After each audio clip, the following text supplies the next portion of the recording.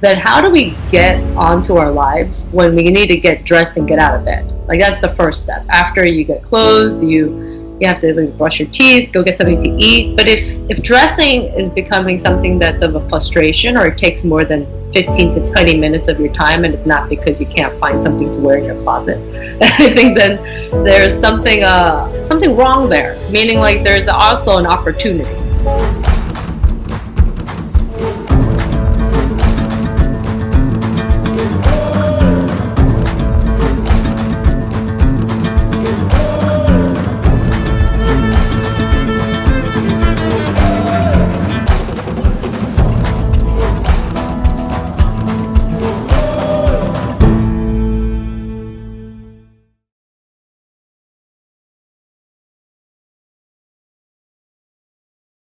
To kick off with our first question, can you share with us how Open Style Lab got started and what was the original catalyst for OSL? Yeah, actually, Open Style Lab began by two of my friends. And one was at MIT, the other one was at Brown. And they really had the best intentions when they realized, hey, medical health sciences and all of those things are really improving life as well as like hospital development. But really, just getting on basic clothes was a challenge. And so they took that as their initiative, and I had joined in around 2015. And the original founder's name is Grace too. So we were like, oh, it's okay. We'll just just smooth their transition off.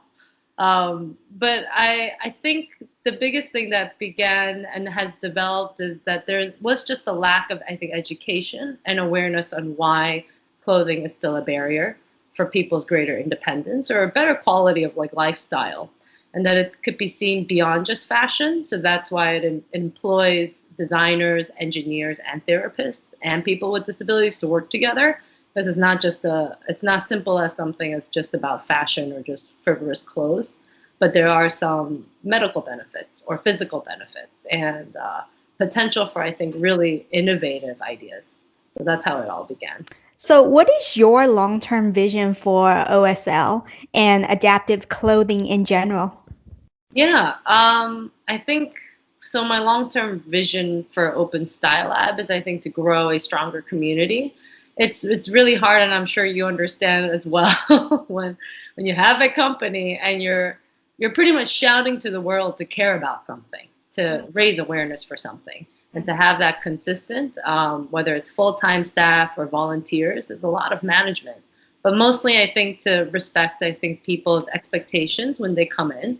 I love looking at like churches as a very interesting model versus big Forbes foundations or the contrast between what is volunteering, activism, and then also like running a company, which you got to pay taxes for and such and such. But those things I think really have led me to probably just imagine the future of OSL to be bigger.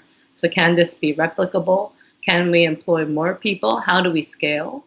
So those are kind of the future questions I have moving forward. For adaptive clothing, I think that's a different story because I feel it's been 5 years that we've been doing this, and over that time, Tommy Hilfigers came along. I think Zappos. There's a lot of like new, and I'm glad to see also startup companies led by people with disabilities doing adaptive lines. I think Girls Chronically Rocked. I know it's by Keisha Greaves. Is in Boston. Also, some of our friends who are in, I think it's NC, North Carolina, who are doing pants for wheelchair users, and they've collaborated together as friends. So just seeing that happen is, I think, a big change for adaptive fashion. But I hope that also opens businesses to people who are diversely, equipped for different abilities, not just a standard type of body or a type of CEO per se. So, how and why is clothing and the freedom of expression through fashion especially important for people with disabilities? I think you started to talk about it, but further elaborate on that.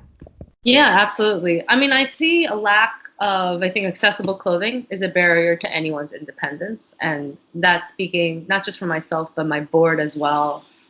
Christina Mallon, who is also a talented UX kind of marketing designer at Wonderman Thompson, but also has ALS and living her life to the best that she can for her 30s. And my friend Pinar, who just had her first baby. And by the way, for women, if you have a child, you're considered disabled. Like there's like a statement in your health kind of papers that say those things. So I think just overall, when I see those experiences, it makes me wonder that how do we get onto our lives when we need to get dressed and get out of bed? Like that's the first step. After you get clothed, you have to like, brush your teeth, go get something to eat. But if dressing is becoming something that's of a frustration, or it takes more than 15 to 20 minutes of your time, and it's not because you can't find something to wear in your closet, I think then there's something wrong there. Meaning like there's also an opportunity where there's challenges to look at dressing. So if it's a barrier to your greater independence, I see it in a couple of ways. Like if it takes you that long, it's also cutting back on the job interview you can go to. It can cut back on the work that you need to get to throughout the day. Time is money in New York. So as they say, if you're wearing something and it takes too long, like functionally to put on, there should be something redesigned about it. And those are, I think, just some elements of, I think, clothing design that have good opportunities to be changed. But it's also, I think, about employment. And this is where I'm really proud to say, like at Open Style Lab, we try our best to employ many volunteers who have disabilities, whether they're writers or they're volunteering for visual arts or anything that they want to help out with. And because clothing, if it's for like an employment, I guess the word would be like requirement, like if there's a uniform or if there's a standard, but it's not designed for the seated body, is it really your fault that you got the interview, but there's like no standardized uniform for you? So those things, I think, become even a more frustrating barrier for someone who's got the job, which I've heard too, and then those who are like trying to get the job.